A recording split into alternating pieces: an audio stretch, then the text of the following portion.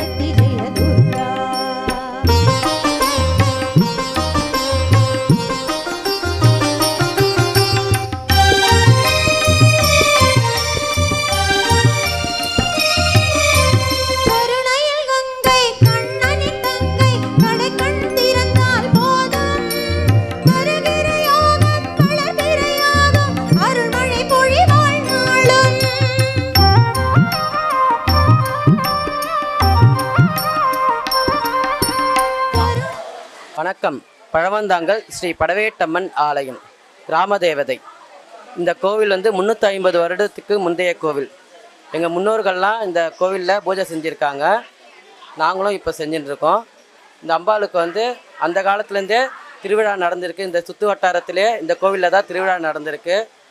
இந்த அம்பாளுக்குன்னு குளம் இருக்குது. அந்த குளத்தில் மீன் பிடிச்சி அந்த காலத்தில் திருவிழா நடத்தி இருந்திருக்காங்க.